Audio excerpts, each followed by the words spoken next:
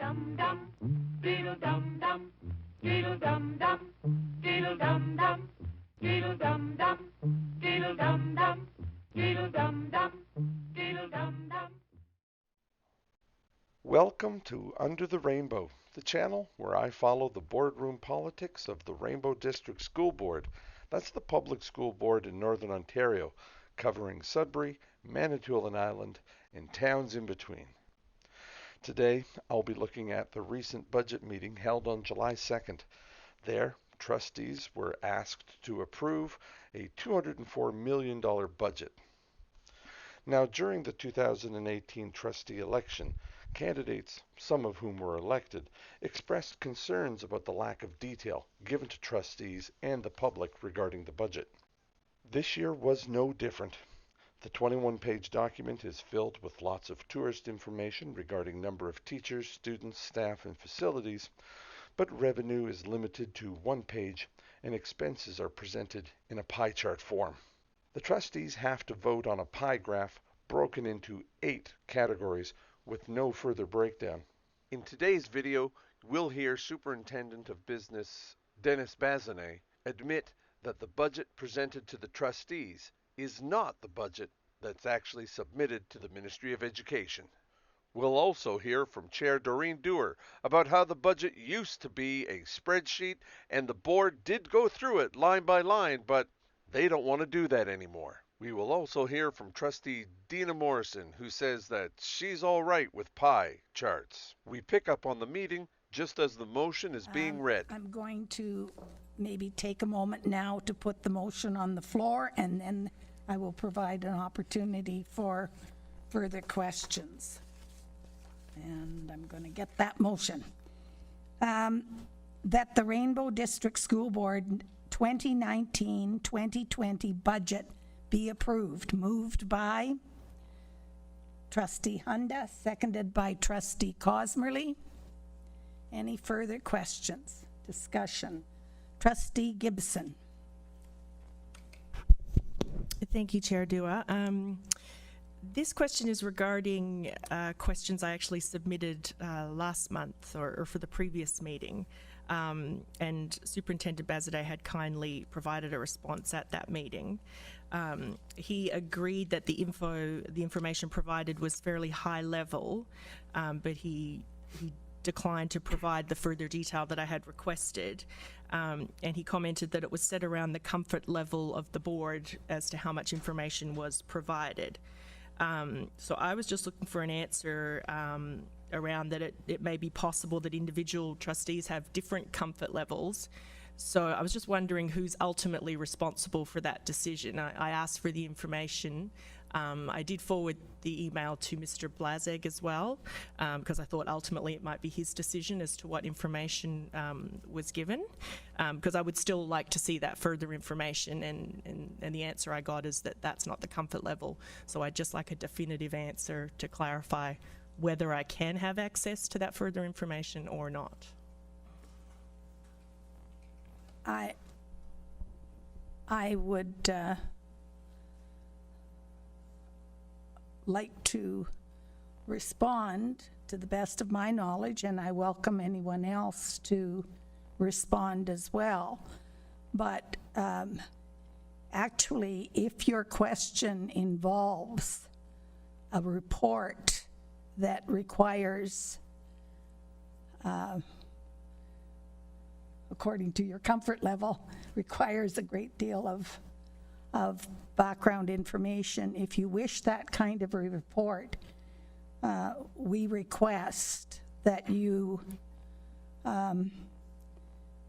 put it in the form of a motion, and all reports must be approved by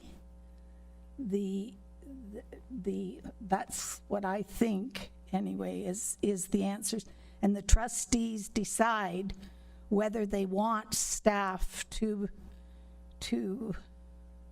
provide that kind of an in-depth report. Now, I certainly welcome anyone around the table. Just we'll make sure that if there's people around the table that would like to respond differently, but that's my understanding of, you know, you can ask a question, but it could involve 2 days of work, and I don't know. So anyway, that's my explanation for you, and you have a subsequent question? Supplementary, if I could, Chair Dewar. Is there a motion then that describes the level of detail that we get, that's what we're currently acting on? If it would require a new motion to change it, the old motion, where would I find that? No, sorry, I misspoke, or I didn't make myself clear. If a trustee wants a report, you make a motion, the trustee who wants the report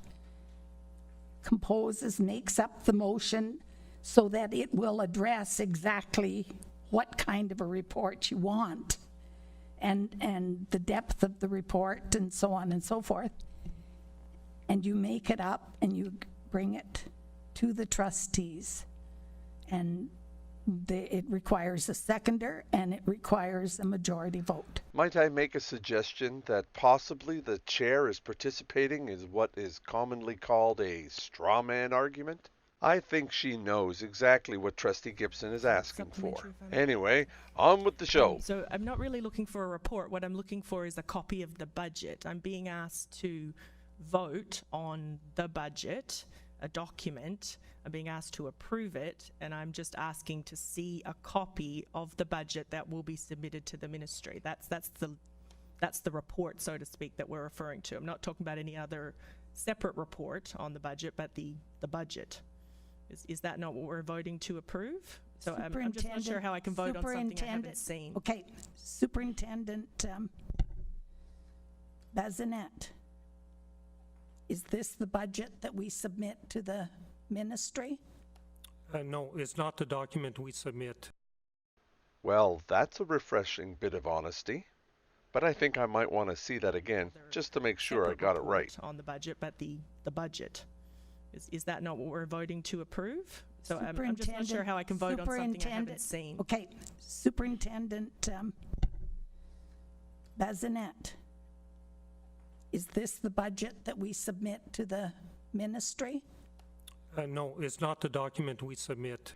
It would seem Chair Dewar was looking for confirmation, but didn't get any. It would also seem she's about had enough with Trustee Gibson's questions.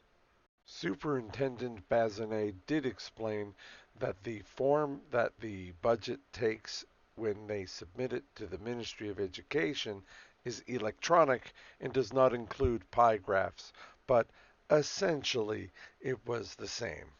Let's continue on with the meeting. Next question. Trustee Gibson. Thank you, Chair Dewar. Just one last question.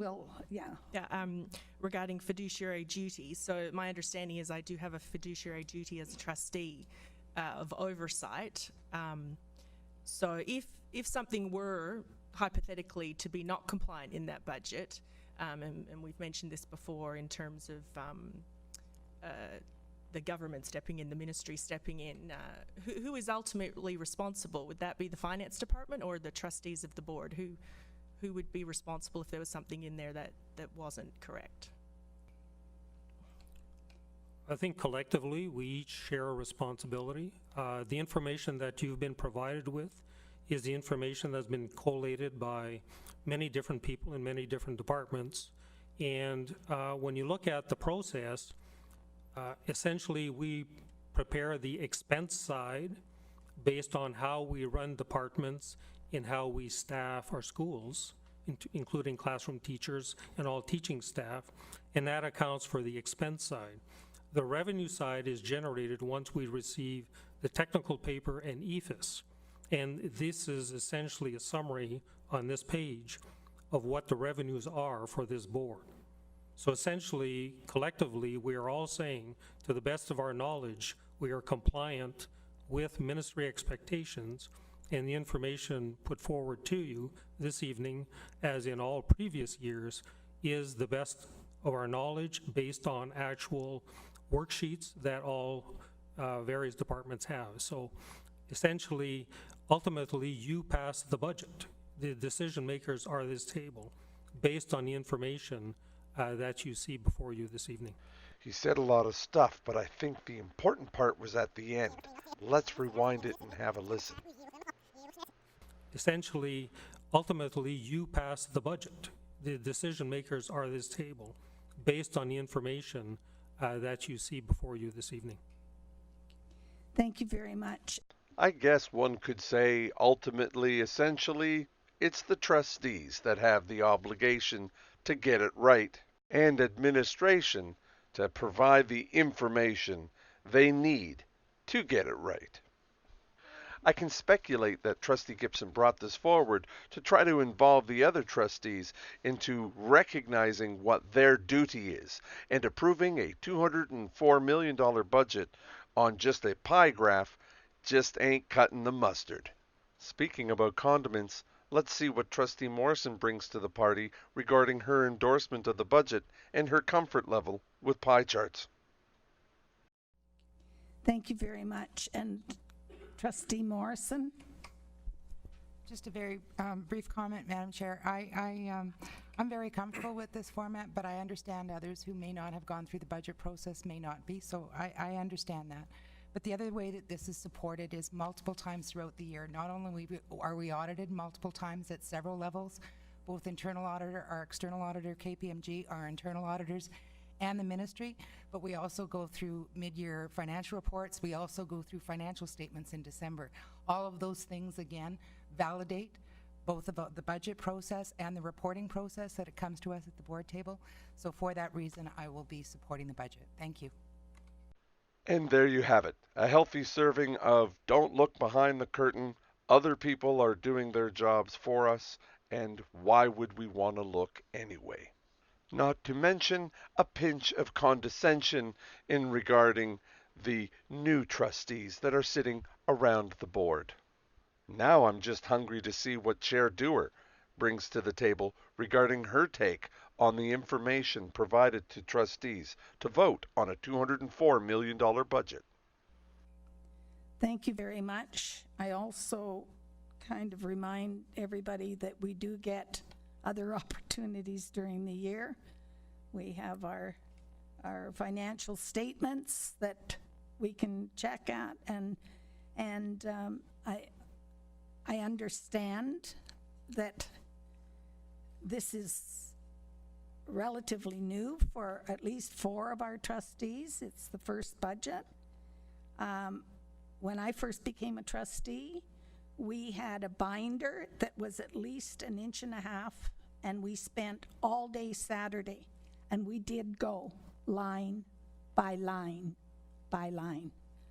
But it was a complete full day, and personally, I don't want to ever go back to that. So, and we set the tax, the mill rate. So, yeah, but however, if there are any further questions, if not, I will call the question, please. All in favor?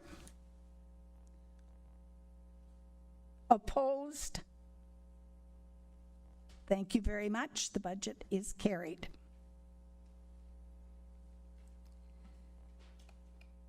Okay, so there's a few things to unpack, as the cool kids say. First is her admission that the budget used to exist in a spreadsheet format and that the trustees actually went through it line by line, which is their fiduciary duty. When I first became a trustee, we had a binder that was at least 1.5 inches, and we spent all day Saturday, and we did go line by line by line. The chair then admits that it takes work to go through a budget, and she's thankful that there's no more work involved with presenting and passing a $204 million budget. But it was a complete full day, and personally, I don't want to ever go back to that. So, and we set the tax, the mill rate. So, Yeah, but however, And that was the 2019-2020 budget for the Rainbow District School Board. It was passed with one abstention. Thank you for taking the time to watch the channel. If you like what you've seen, please hit the like button down below. I will be working on producing more videos in the future, looking at the Rainbow District School Board and the goings-on in the boardroom. I'll provide links below to the original videos and a link to the 2019-2020 budget on the board's website. Stay sunny under the rainbow, and we'll see you next time. Dum dum, dum dum.